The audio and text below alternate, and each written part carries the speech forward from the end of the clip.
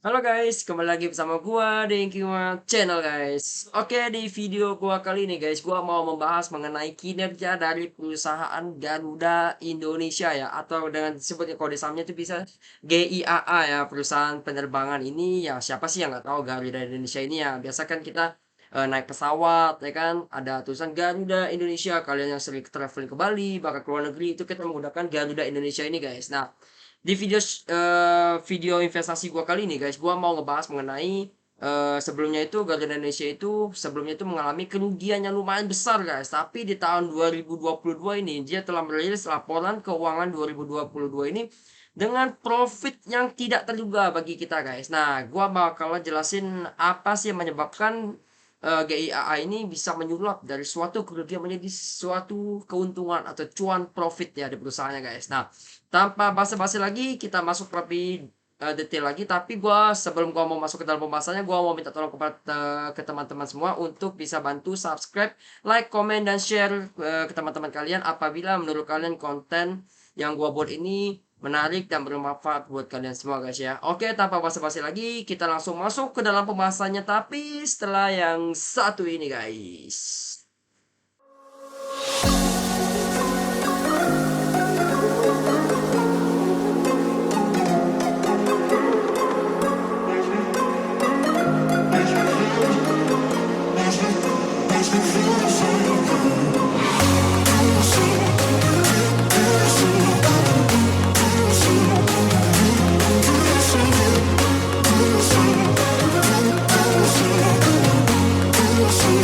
Oke, kembali lagi bersama gue ya guys ya. Nah, Garuda Indonesia ya, perusahaan penerbangan yang sebelumnya di tahun 2020 sampai 2021 itu mengalami kerugian yang lumayan gede guys. Nah, di tahun 2022 ini bahkan dia bisa menyulap suatu kerugian menjadi laba ya, senilai 56 triliun rupiah guys. Nah, dari mana sih sebenarnya sumber keuntungan yang didapatkan oleh GIAA ini guys? Nah, kita bakal bahas ya, kupas tuntas guys.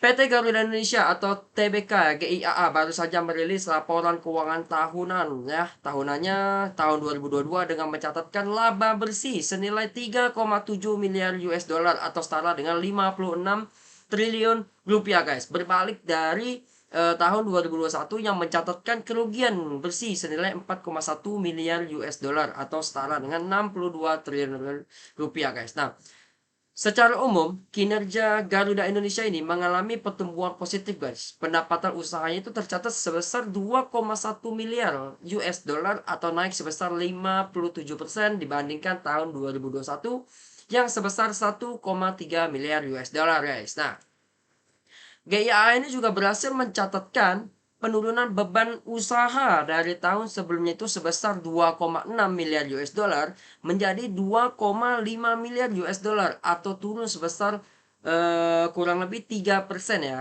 Kurang dari 3% guys penurunannya. Nah, efisiensi biaya ini berasal dari beban pemeliharaan, beban bandara, beban operasional hotel, dan transportasi guys. Nah, jika kita menghitung kasar sekilas aja ya, secara sekilas saja kita melakukan perhitungan secara kasar ya. Pendapatan sebesar 2,1 miliar US dollar ini dan beban usaha senilai 2,5 miliar US dollar, sorry. Maka GIA ini mencatatkan kerugian operasional sebesar 400 juta ya.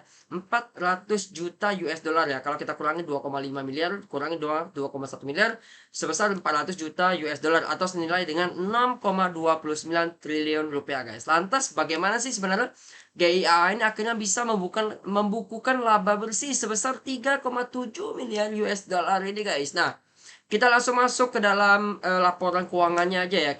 Gua tampilin sedikit mengenai laporan keuangan dari Garuda Indonesia ini. Ini kita lihat dari pendapatannya ya, pendapatan atau beban usaha lainnya guys. Nah, keuntungan selisih atau kurs bersihnya itu sebesar 124 miliar ya, miliar 22,650 bla bla bla bla, lalu dikurangi sama pendapatan segala macam, lalu dapatlah hasilnya 4,354,507,831 guys ya. Jika kita bedah laporan laba ruginya guys, ini kita lihat laporan laba ruginya ya.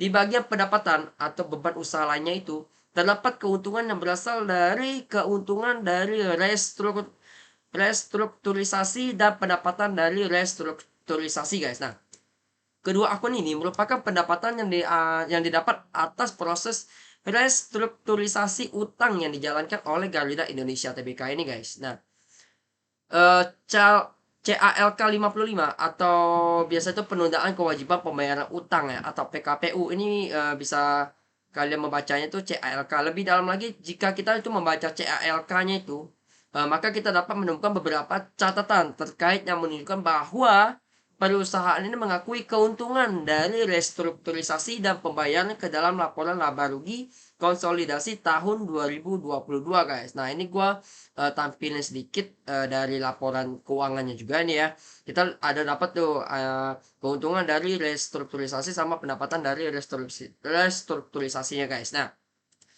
lalu selanjutnya restrukturisasi kewajiban menjadi salah satu langkah dalam transformasi dan penyelesaian pembayaran kewajiban yang membebani keuangan Garuda Indonesia Tbk. Nah, dengan proses restrukturisasi ini, GIA ini mendapatkan keringanan dalam melakukan pembayaran kewajiban kepada kreditur, guys. Nah, pengakuan keuntungan dan pendapatan restrukturisasi dalam laporan laba rugi yang menjadikan Garuda Indonesia itu mencatat laba masih sesuai dengan kaidah dalam pencatatan akuntansinya, guys. Nah, namun kita sebagai investor kita itu harus lebih jeli lagi menganalisa apakah laba tersebut ini berasal dari sisi operasionalnya atau hanya berasal dari pencatatan akuntansi semata aja, guys. Nah, menurut kalian, guys, apakah Garuda Indonesia ini bisa kembali terbang lebih tinggi lagi, guys? Nah, jadi kalau gua sendiri, gua pribadi kan gua juga merupakan salah satu investor ya, meskipun investor gua masih kecil lah, nah, tapi gua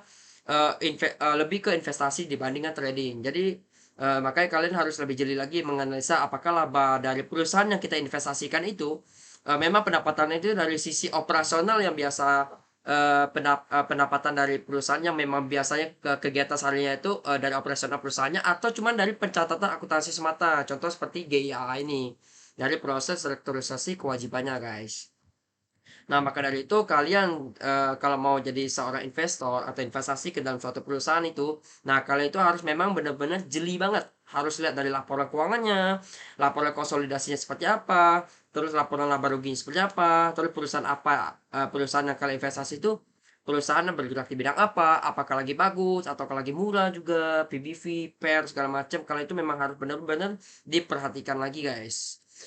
Oke, guys, mungkin itu aja dari video tentang investasi gua kali ini mengenai Garuda Indonesia. Semoga apa yang gua jelaskan ini bisa bermanfaat buat kita semua, guys. Dan sekali lagi gua mau minta tolong ke teman-teman untuk bantu subscribe, tekan tombol subscribe, like, komen, dan share ke teman-teman kalian apabila menurut kalian konten yang gua buat ini menarik dan bermanfaat buat kita semua, guys. Dan supaya gua juga bisa lebih semangat lagi membuat konten investasi lainnya, guys. Oke, guys, mungkin itu aja. Sampai jumpa di video-video gua terbarunya mengenai investasi ini, guys. Oke, guys, see you guys the next video, guys. Bye bye. Salam cuan, guys.